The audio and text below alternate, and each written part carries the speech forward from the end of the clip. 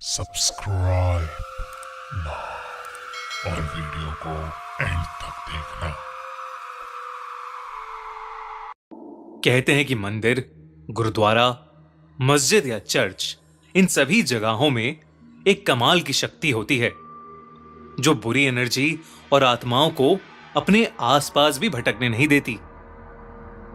लेकिन अगर हम आपसे कहें कि गोवा में एक ऐसा चर्च है जिसे दुनिया का सबसे ज्यादा हॉन्टेड चर्च माना जाता है, तो क्या आप उस पर विश्वास करेंगे?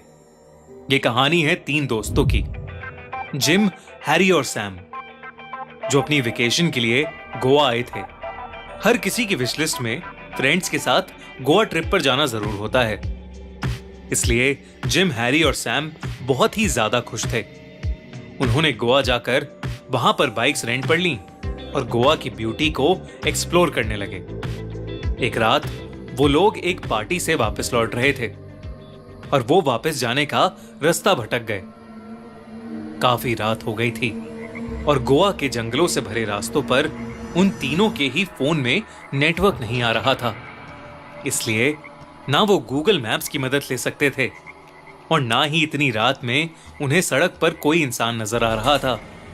वो बस अपनी बाइक पर सवार सही रास्ता ढूंढने की कोशिश कर रहे थे।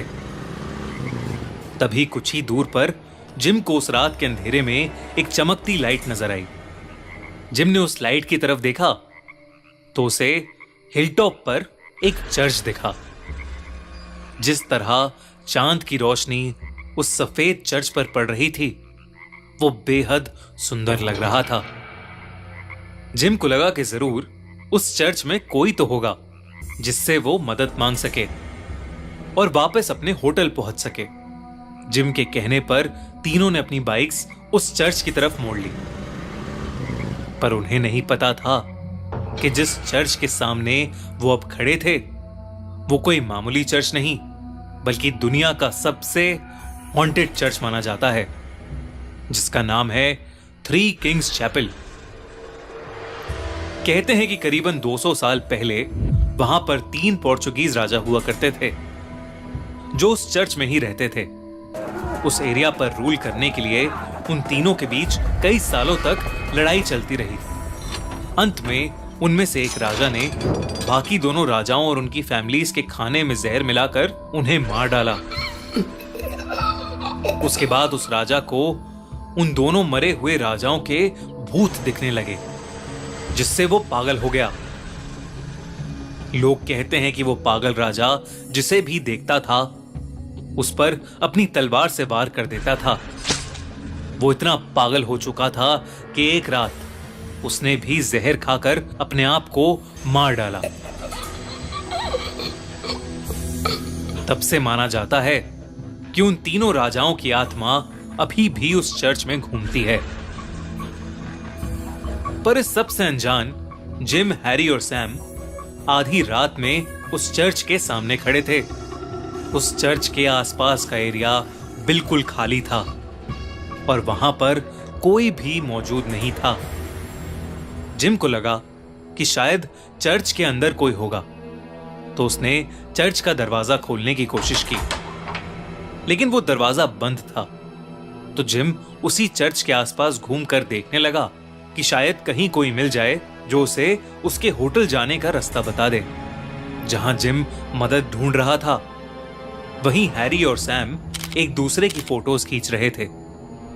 फोटोज लेते लेते एक मोमेंट ऐसा आया जहां सैम हैरी की फोटो ले रहा था और अचानक से उसे मोबाइल कैमरा में हैरी के पीछे कोई सफेद साया खड़ा नजर आया। पर जैसे ही उसने मोबाइल का कैमरा हटाया, वो साया वहां से गायब हो गया था। अचानक ही सैम के फोन की बैटरी खत्म हो गई और उसका फोन स्विच ऑफ हो गया। वहीं जिम चर्च के आसपास घूमकर फिर चर्च के दरवाजे के सामने आ खड़ा था, लेकिन इस बार चर्च का दरवाजा खुला पड़ा था। ये देखकर जिम को अजीब लगा, लेकिन वो फिर भी उस चर्च के अंदर चला गया। चर्च में अंदर घुसते ही जिम को एक बड़ा सा हॉल दिखा तभी जिम को चर्च के अंदर से किसी के कदमों की आवाज आई और वो उस आवाज के पीछे पीछे चला गया। अंदर जाकर उसे दिखा कि कोई आदमी क्रॉस के सामने झुका हुआ प्रेयर कर रहा है। उस आदमी ने एक अजीब सी पोशाक पहनी हुई थी। ऐसा लग रहा था कि जैसे वो कोई पुराने समय का राजा हो। जिम उसके पास खड़ा उसकी प्रेयर खत्म होने का वेट करने लगा। वहीं बाहर खड़े हैरी और सैम जिम का इंतजार कर रहे थे। सैम चर्च के पास एक बड़े से पेड़ को घूर कर देखे जा रहा था। हैरी ने जब उससे पूछा तो उसने उससे कहा कि उसे उस पेड़ पर बैठा एक सफेद साया नजर आ रहा है। हैरी उसकी बात सुनकर पहले तो डर गया, लेकिन जब हैरी ने पेड़ की तरफ देखा तो वहां कोई नहीं था। हैरी को लगा कि सैम उसकी टांग खींच रहा है। वो हंसते हुए जब सैम की तरफ मुड़ा तो वो दंग रह गया। सैम की आंखें लाल हो चुकी थीं और वो हैरी को एक बहुत ही डरावने तरीके से घूर रहा था। हैरी ने उसका नाम पुकारा पर वो कोई जवाब नहीं दे रहा था। बस वो हैरी को घूरे जा रहा था। हैरी ने उसे पकड़कर हिलाया तो सैम ने हैरी को एक जोरदार धक्का दिया। हैरी सीधा जाकर पेड़ पर गिरा। सैम अपने होश खोकर उस हिल के किनारे की तरफ जाने लगा और किनारे पर आकर वो उस हिल से नीचे कूद गया। हैरी ये देखकर एकदम शॉक था। वो जल्दी से सैम को देखने दौड़ा। उसने देखा कि सैम हिल के नीचे वाली रोड पर गिरा पड़ा है और सैम के बगल में एक सफेद साया था जो हैरी के देखने पर हवा की तरह कहीं गायब हो गया। हैरी के होश उड़ चुके थे, लेकिन फिर भी उसने सैम को अपनी बाइक पर बिठाया और उसे जल्दी से हॉस्पिटल ले गया। अंदर जिम अभी भी उस आदमी की प्रेयर खत्म होने का वेट कर रहा था, लेकिन कुछ देर पहले जो चर्च खाली था वो कई सारे अजीब से दिखने वाले लोगों से भर गया था और वो लोग जिम के ठीक पीछे खड़े थे। पर जिम को इस बात का जरा भी अंदाजा नहीं था। जिम अभी भी उस प्रेयर करने वाले आदमी को देखे जा रहा था। उसने कुछ देर इंतजार किया और फिर उस आदमी को आवाज लगा दी। हेलो सर, थोड़ी सी हेल्प चाहिए थी आपकी।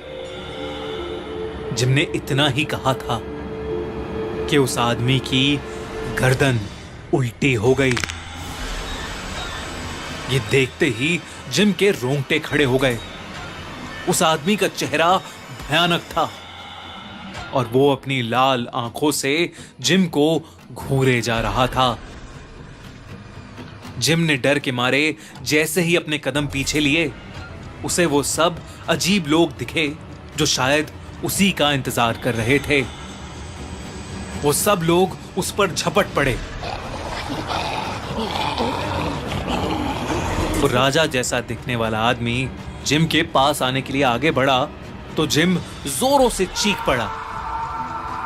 कुछ घंटों बाद हैरी अपने साथ कुछ लोगों को लेकर वापस उस चर्च की तरफ आया।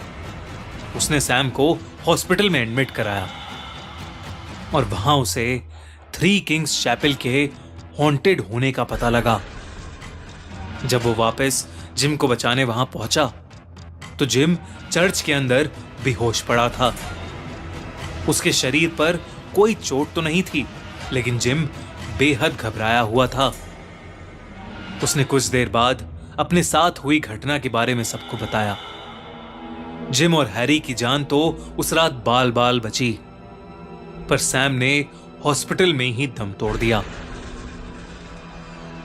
आपको क्या लगता है, ये सब एक कोइंसिडेंस था या सच में थ्री किंग्स चर्च हॉन्टेड है? हमें कमेंट्स में जरूर बताइए।